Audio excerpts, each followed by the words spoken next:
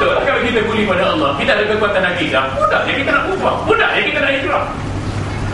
Nak mematuhi perintah Allah, nak menjauhi larangan Allah, mudah kita kuli pada Allah. Inna salati wa nusuki wa mahyaya wa mamati lillahi rabbil alamin. Sama juga ingat at-tahiyyatul mubarakatus salawatus thayyibah lillah.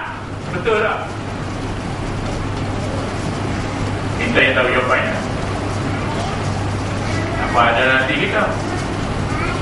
Apakah kita sebut tu? Sebut tu dengan fikiran, sebut tu dengan pemahaman, sebut tu dengan mata hati keyakinan. Allah Akbar.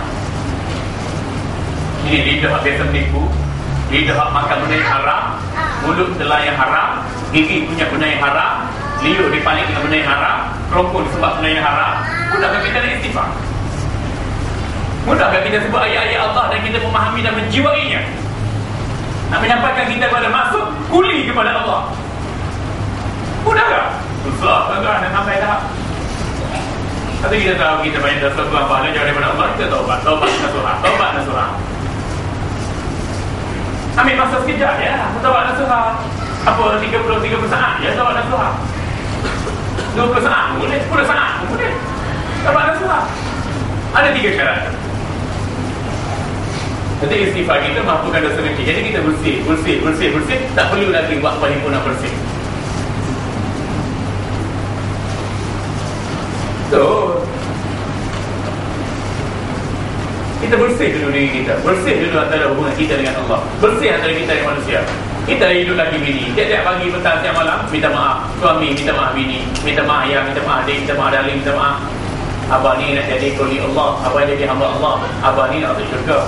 Tak lagat masuk neraka. Link yang tengok abah ni dia jadi syurga kan jadi neraka. Tanya bini kita. Minta maaf lah makcik-makcik kakak adik semua. Kalau suami tanya abah ni ada syurga di neraka, jawab tu terang. Minta maaf abah ni ada calon, ada potensi calon pilihan 13. Tapi abang juga ada potensi calon neraka. Orang kita berupuk nak jadi calon pilihan raya, berupuk menjadi calon pilihan raya. Lepas tu kena psikologi ke akhbar sikit. Macam-macam kita lah. Itulah, inilah, inilah. Berupuk nak jadi calon pilihan raya. Itu semua gila dunia. Ahli politik gila dunia. Kalau tak baca di akhbar tu jadi ahli politik yang gila dunia. Kalau ahli politik yang berjuang kerana Allah dan Rasulnya, kita akan cakap gitu.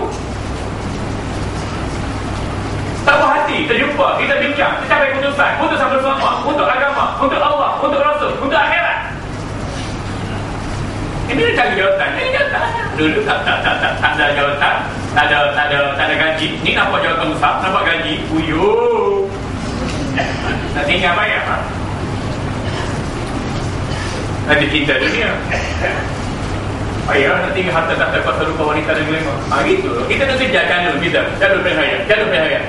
Kita tahu setiap langkah dan saat dalam kehidupan kita bagaikan calon api neraka. Hanya saya jadi ustaz, tanya isteri saya, aku ni ustaz baik ke? Aku ni beramal dengan ilmu aku ke? Aku ni suami yang baik ke? Aku ustaz macam aku ni boleh masuk syurga ke? Kau boleh masuk neraka? Isteri yang baik boleh tahu lah. Faham aku dah. Abang janji insyaAllah sampai syurga tu. Tapi abang janji tak betul. Asal nak balik kampung, balik pun kita juga lah. Kan cakap tak betul tu tanda munafik. Takkan kita ustaz nak jadi munafik. Lebih ni cakap kita, tak apalah, kita kemah-kemah baju balik kampung. Kita tahu kebaikan kita bersyukur pada Allah. Kelemahan kita, kekurangan kita mendapat teguran daripada orang yang paling hampir dengan kita. Dalam kita ulang alik pakai sumbang ke masjid ni, kita nak berubah. Tanya isteri kita tu, aku ni yang selama kena hidup main masjid, main surau ni, perangai aku ni AJK syurga ke AJK neraka? Atas pagar apa? Ini pun bengong juga. Atas pagar apa? Dekat pilihan raya boleh dah atas pagar. Namun di penaya 13 ni ada orang duduk atas pagar. Orang duduk atas pagar tu bengong. Memang tu orang tak ada pendirian, tak ada akidah. Syurga neraka mana ada atas pagar? Kalau tak syurga neraka, kalau tak neraka syurga, tak syurga neraka. Pilih satu antara dua. Tak apa ustaz, dia tak atas pagar.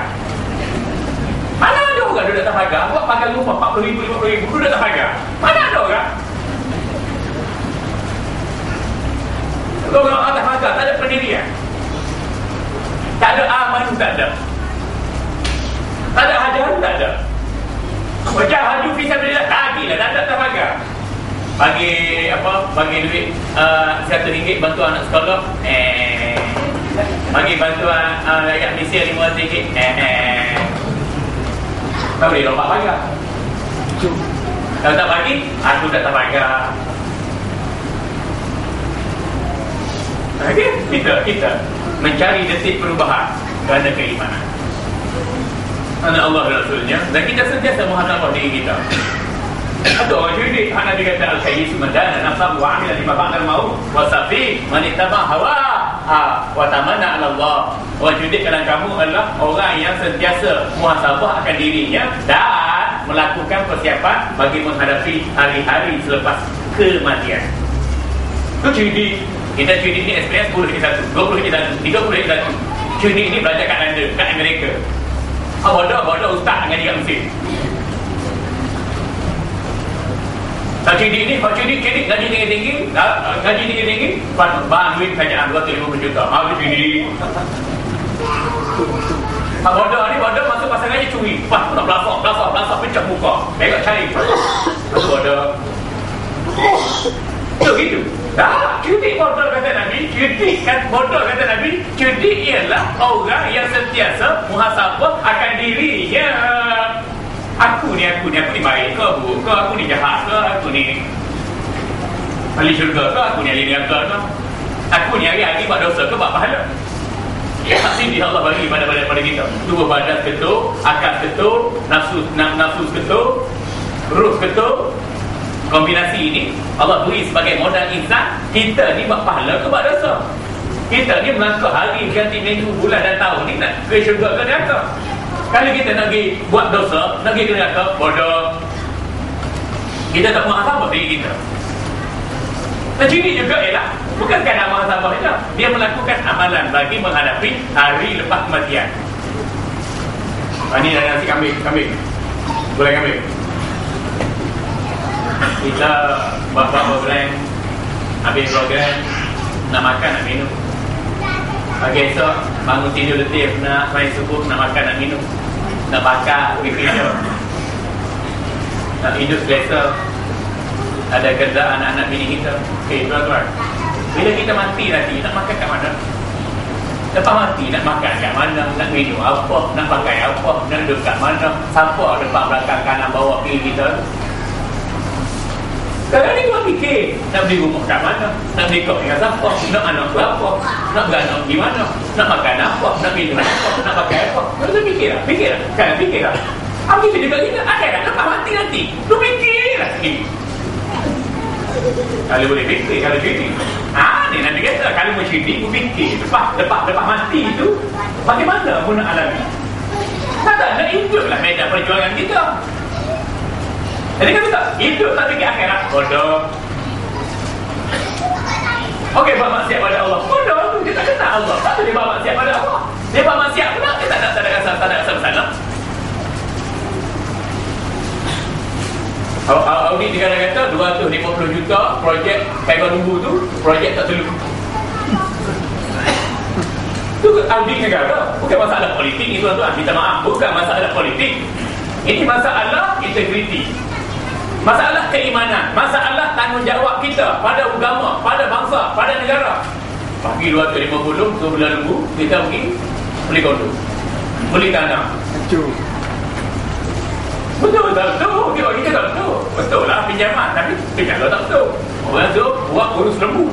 Kita kena amanah. Sebab apa? Kita ada iman dalam hati. Walau gaji tinggi-tinggi, orang Kelantan kata gaji tinggi-tinggi tapi bodoh tingkat-tingkat. Tak ada amanah kita. Tuyiatil amanah takunu qainan. Nabi kata bila kamu mengkhianati amanah yang diberikan ke atas kamu telah adalah pengkhianat. Bila bagi polis, siasat boleh kata tak ada kes jenayah. Bagus. Bila bagi tahu SPRM kata tak ada kes macam mana. Bagus. Habis 250 juta audit buat tu pasal apa? Di mana? Ada toyo ke apa? Kalau orang tak belah dah kayu, orang boleh kayu tak. Itu pun makan minyak kuat. Kalau ustaz kutip-kutip duit zakat yang Johor tu kan, kutip-kutip duit zakat 19,000 je. Tak suruh duit zakat 19,000 kutip tu. Mungkin anak sakit, bini sakit, bayar hospital ke kecemasan ke apa, kena ambil kira juga. Kalau tak nak kira apa, keluar hospital. Keluar tak apa. Ni ustaz selain duit zakat. Dengan muka-muka sekali. Ustaz mengajar tafsir Quran tapi faham duit zakat 19,000 je. Saya boleh tolong bayar zakat 19,000. Nak selamatkan integriti ustaz. Tapi orang sekarang ni kalau orang miskin mencuri, belasah sampai mati. Tapi kalau orang kaya mencuri, orang akademik mencuri, orang mulia VIP mencuri, tak apa, relax bro, duit mesti banyak. Asalnya hak curi, hak buat maksiat, ada ropak, ada bunuh orang, ada zina tu, ada iman tak dalam hati guru pedaya? Ada iman tak? Tak ada. Kalau ada begini tak buat. Betul tuan-tuan. Dan Malaysia ni memang ramai yang tidak beriman dengan Allah. Orang kafir banyak mana di Malaysia. Itu yang keduanya, tengok baru ni kita alhamdulillah Malaysia boleh mempertahankan pingat emas sukan C daripada sepak. Tahniah juga. Kita boleh menghasilkan dalam tempoh 8 tahun 152,000 lebih anak luar nikah. Daripada tahun 2000 hingga 2008, 8 tahun 152,000 lebih anak luar nikah direkodkan Jabatan Pendaftaran Negara. Itu rekod, apa rekod? Jadi polis, siap. Jadi polis bahagian forensik, siap tuan-tuan. Hari-hari tengok mayat. Mayat acu, mayat ular, mayat jatuh sampah, mayat tinggal langka, mayat di bahan dan luar. Muntah jadi polis forensik. Pening kepala. Jenayah banyak sangat. Berarti Islam buat mari bodoh. Kita tak faham bodoh. Islam buat mari bodoh nak bendung masalah jenayah. Nak amankan manusia, nak selamatkan manusia, selamatkan maruah, selamatkan keturunan, selamatkan tubuh badan, selamatkan akal, selamatkan nyawa, selamatkan harta.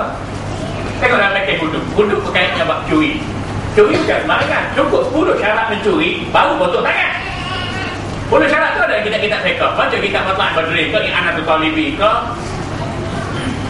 Khatib Syarbini, Mughni Muhtaj ke, Minhajul Talibi ke. 10 syarat utama mencuri tu. Baru cukup syarat potong tangan. Curi mula-mula salah hal. Kalau cukup syarat potong tangan kanan. Curi juga kali kedua, potong tangan kanan, potong kaki kiri. Curi juga kali tiga, potong tangan kiri. Curi juga kali empat, potong kaki kanan, potong silang. Itu hudud. Hudud ni bukan ahli parlimen buat, bukan raja buat, bukan Perdana Menteri buat. Hudud ni hukum asasiah made in Allah. Okey. Yang kedua, nak jaga bab zina. Jaga zina. Nak nikah. Kalau tak tahan juga puasa. Tak tahan juga puasa.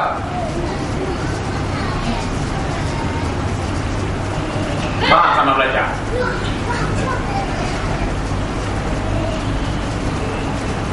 Kena sabar, kena tahan. Itu cara dia. Ya, zina tempat kita boleh luar. Islam mari butuh nak atasi masalah zina, masalah pergaulan bebas, masalah aurat. Islam mari butuh sebagai pendidikan, sebagai pencegahan, sebagai pelan pemulihan pada gejala yang merosakkan manusia. Kita tak yakin bagaimana nak atasi masalah anak zina, mengandung luar nikah, bunuh bayi tadi. Bagaimana nak atasi masalah? Panggil jidik anda, panggil pakar perundangan, panggil alim ulama, panggil mufti. Fikir bagaimana nak selesaikan. Angka 152,000 dalam masa 8 tahun. Ada penyelesaian? Tak ada penyelesaian. Ahli parlimen boleh selesai? Tak boleh nak selesai. Pakar perundangan boleh selesai? Tak boleh nak selesai. Allah bagi hukum untuk pasal zina. Kalau tak kerana zina, dah jelas dah. Kalau zina juga, Az-zaniyatu waz-zani fajlidu kulla wahidin minhuma mi'ata jaldah. Tuna dan dagang berzina, zina juga, maka sebablah mereka dengan 100 kali kebatan. 100 kali kebatan, bukan 99. Bukan 105, 100 je. Ini hak telah ditetapkan oleh Allah untuk nak kasih masalah zina. Bila orang tu dia ikut pelaksanaan hukum zina berdasarkan hudud, dia bersih. Kalau dia bini orang, laki orang, zina juga, rejam sampai mati. Bila dia ikuti hukum rejam sampai mati, akhirat dia bersih. Tak adalah rekod dengan Allah. Ini sekarang ni zina nya kita zina. Lepas tu anak kita dah bunting, dah sakit perut, dah mengandung, kita cari budak yang zina anak kita tu sebagai pelopor untuk nak cover pada anak kita kata akhirnya. Kita tak didik dengan mengenal Allah, kita tak didik dengan mengenal perintah Allah, mengenal Rasul, mengenal suruhan dan larangannya. Betul jadi zina. Kalau kita nak zina, memiliki keimanan itu, tak ada nak zina macam mana Allah ada. Aku memang nak zina. Oh, aku lagi tengok punggung perempuan, dada perempuan. Oh, nak zina selalu. Nak zina. Tapi Allah ada. Nah, macam mana? Tak boleh zina juga. Allah ada. Allah maha mendengar. Allah maha melihat. Kalau kita belajar sistem pembelajaran sifat 20, Allah ada. Allah maha mendengar. Allah maha melihat. Allah maha bijaksana. Allah maha mengetahui. Allah maha hidup. Allah maha kekal. Allah maha adil. Maha membarah. Tak zina kan kita? Lepas tu kita nak zina. Kulit siapa? Pohon-pohon siapa? Kemaluan siapa? Tangan-tangan siapa? Bibir-mulut siapa? Badan-badan siapa? Kalau nak zina, buat sendiri. Kemaluan sendiri, tangan sendiri, kaki sendiri, punggung sendiri, dada sendiri, kulit sendiri. Boleh? Kalau nak zina, buat bumi sendiri. Ambil, boleh? Kalau orang ada akidah tadi, tak zina. Anak kita nak dalam, nak guna. Kalau dia ada kekuatan akidah, dia tak akan zina. Dia tak akan terjebak pada kejadian keji dan muka. Kalau dia ada kekuatan akidah. Kalau dia ada pelaksanaan ibadat yang bagus, yang sempurna, dia tak akan zina punya. Orang nak berangkat kau, nak ajak kau, nak lari ke, nak pasal, dia tak akan zina punya. Itu benteng ke tu. Sekarang ni akidah kita apa? Amal ibadat kita banyak tentu. Maka payahlah nak dijadikan benteng untuk kita mentaati Allah dan Rasulnya. Allah Rabbi la ilaha illallah. Bila kita cinta Allah dan Rasul, dia rasa kemanisan iman. Bila kita suka ke orang, wa yuhibbul mar'a la yuhibbu illa lillah. Kita suka ke orang kerana Allah. Kita suka kerana bini kita kerana Allah. Kita suka suami kita, rakan kerja kita, jiran kita, masyarakat kita, jantara surau kita kerana Allah. Pemimpin kita suka kerana Allah, rakyat suka pemimpin kerana Allah. Itu yang sepatutnya begitu. Satu lagi kata Nabi apa? Rasa kemanisan iman tu, kamu benci untuk melakukan maksiat dan kekufuran, bagaimana kamu benci untuk dicampak dalam api neraka. Kita benci pada maksiat. Kita tengok orang kaki semayang, tengok orang perempuan tak menutup aurat, kita rasa benci. Bukalah mulut, tegurlah sepatah anak kita, bini kita. Tidak, kita mari sejik, mari surga. Balik-balik tak kata sepatah anak bini semayang ke, pakaian ke, telanjang ke. Tak ada kata sepatah. Satu jenis lemah akidah tu. Kalau lemah tenaga batin, cari kopi jantan, tukar ali, ubi pelaga, batu pelanduk, asam kumbang, kunyang bumi, umpan rimau, pisang kucing. Kalau lemah tenaga batin. Tapi kalau lemah iman, kena cari ilmu, kena cari kitab, kena cari guru, belajar akidah. Sekarang ni kalau lemah iman tak ada apa-apa. Kalau kita suka ibadat, benci ke maksiat, itu manifestasi iman yang teguh. Mari kita nasihat. Lagi tak sabar apa? Kita nasihat. Baik majurutu tak tuduh ke anak kita ke bini kita ke, kita bagi nasihat. Pendidikan sepanjang hayat. Jangan kita cakap bernasihat anak bini ke, tak dengar kita rasa sakit hati, tak dengar sakit hati, tak dengar cakap dan nasihat, dia tak dengar kita rasa besar hati. Kena kita melaksanakan amanah Allah dan Rasul. Bagi tahu hari ni tak berubah, esok bagi tahu, lusa bagi tahu. Dia tak berubah hari ni, berubah minggu depan, bulan depan, tahun depan, ataupun 30 tahun kita masih masuk kubur, baru dia berubah jadi baik. innaka la tahdi man ahbabta walakinna Allah yahdi man yasha. Kamu wahai Muhammad tidak boleh beri petunjuk pada orang-orang yang kamu cintai. Abu Jahal, Abu Lahab, saudara kamu ke, ipar-ipar kamu ke, tak boleh beri petunjuk. Tapi aku Allah beri petunjuk pada sesiapa yang aku kehendaki. Jadi tugas kita baiki diri, akhir nafas, walaupun gairah. Suruh manusia jalan Allah. Baiki diri kita, suruh manusia jalan Allah. Baiki diri kita, suruh manusia jalan Allah. Ini yang dikatakan transformasi hijrah. Barulah kita boleh laksanakan benda fardu dengan sempurna. Lepas tu benda-benda sunat kita putih ambil-ambil. Bukan kata solat isyak, tapi qabliyah isyak, ba'da isyak, zikir, wirid, doa menjadi pembakaran spiritual kita, memperteguhkan akidah kita. Dengan kekuatan begitu, kalau kita boleh berubah, pertahankan nilai dalam perjalanan menuju Allah dan seluruh manusia menuju ke jalan Allah.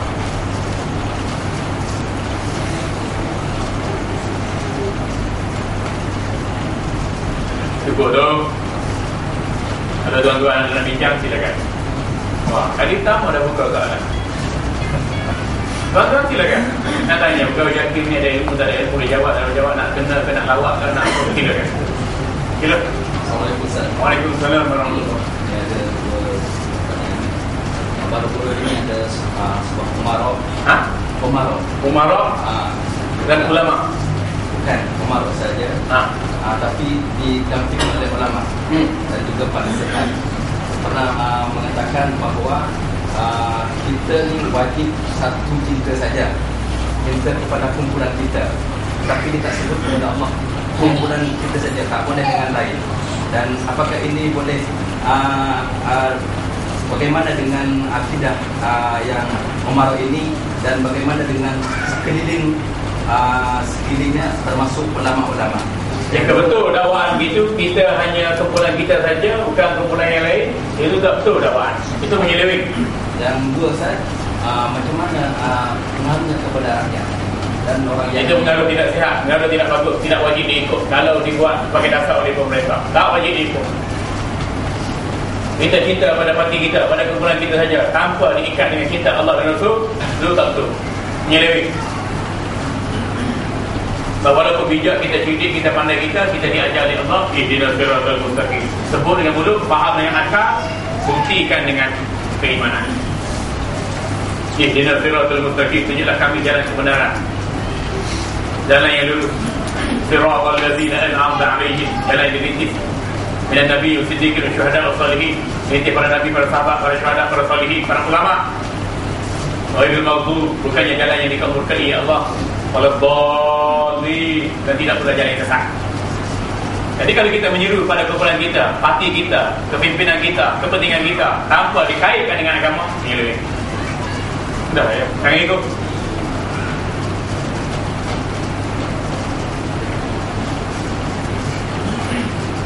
Baik, lagi.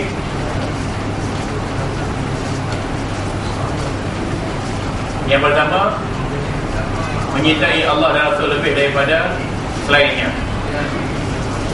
Yang kedua,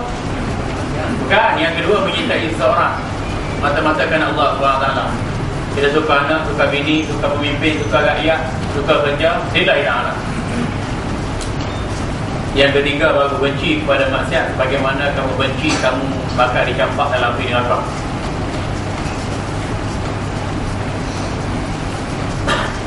Kita suka maksiat.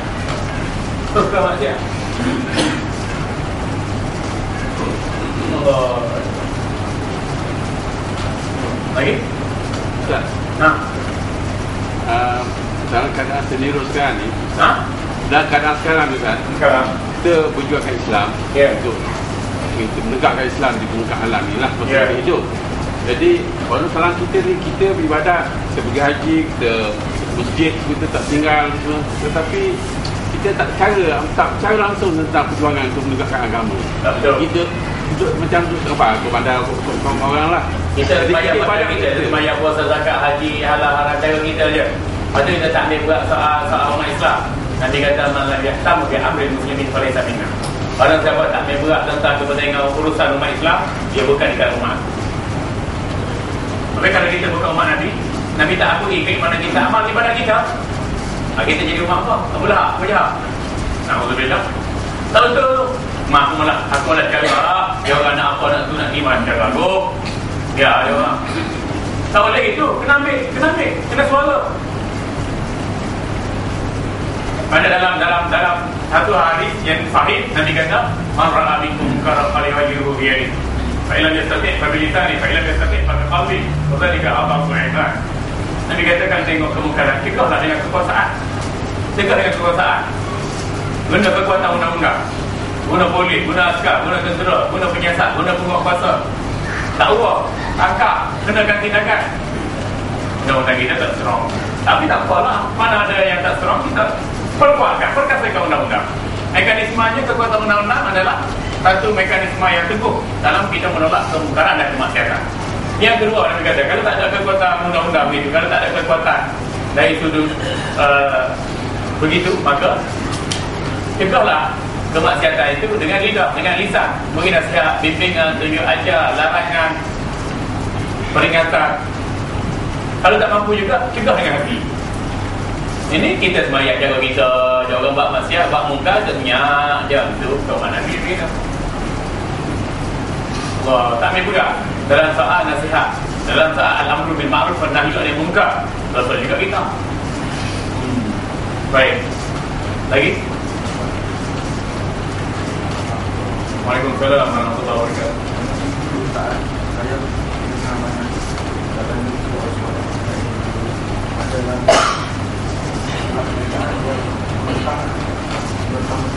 baik. Tapi tidak pernah memberikan orang dan yakin tak pernah. Baik. Walaupun saya menolong pengarah JAKIM, ini pandangan peribadi saya.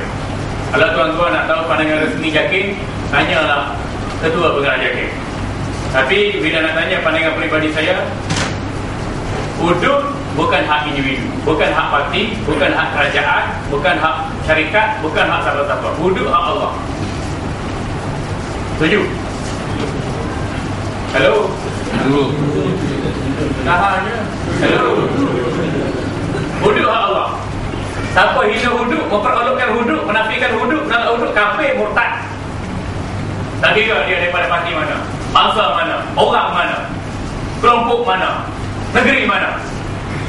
Itu menjadi sebut kafir dan murtad.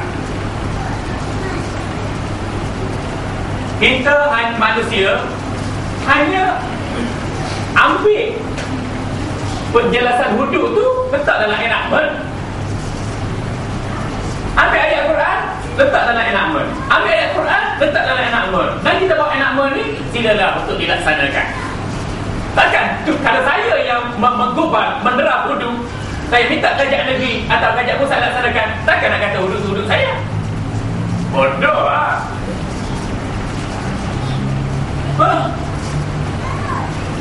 Bahasanya daripada Allah. Saya tu kan rak dia dalam bentuk enakmen, dalam bentuk akta, dalam bentuk perundangan negeri untuk diaplikasikan dalam perundangan dan diguna pakai, dipraktik dalam masyarakat, dalam negara. Bukan hudud saya. Saya hanya tukang memproses, menderap. Hudud tetap hudud Allah, tak ada pun hudud syarikat, tak ada pun hudud parti. Hudud tetap hudud Allah. Kenapa? Hudud boleh dilaksanakan di Dubai. Kita tak kata tu hudud Dubai. Hudud dilaksanakan di Arab Saudi. Tu hudud Saudi. Okey, kalau kita nak disebabkan hudud hak politik, mana hudud PAK, mana hudud PKR, mana hudud UMNO, buat keluar, kita cari mana hudud tiga-tiga ni yang paling bagus, paling baik, sila praktikkan dalam masyarakat sebagai manifestasi penjelmaan hukum Allah dalam negeri, dalam negara kita. Kemudian gunakan bahasa begitu untuk nak yakinkan orang. Ini bukan hudud Allah, ini hudud politik. Jangan mempolitikkan hudud. Tak kira lah kamu parti mana pun, kamu Islam. Ini hukum Allah, kamu mesti laksanakan. Tak nak laksanakan peringkat awal, tak nak laksanakan 1%, laksanalah 70. Tak nak 70, laksana 50. Tak nak 50, laksana 30. Tak nak laksana 30 di peringkat awal, laksana dulu 10% pun tak apa. Ni dalam masalah kita, anak luar nikah, zina, bunuh, bayi apa semua sekali. Boleh pening kepala, perundangan pening kepala, masyarakat pun hancur. Dari sudut borok dan ketunannya, bagaimana nak selesai? Bagaimana nak selesai?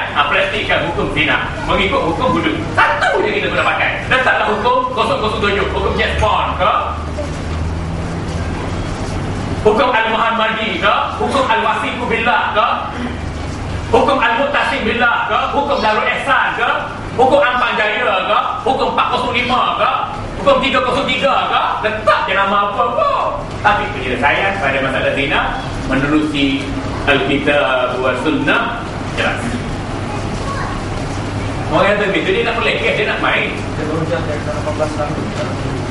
Hah? 18 tahun baru jaga 18 tahun? Apa dia itu 18 tahun?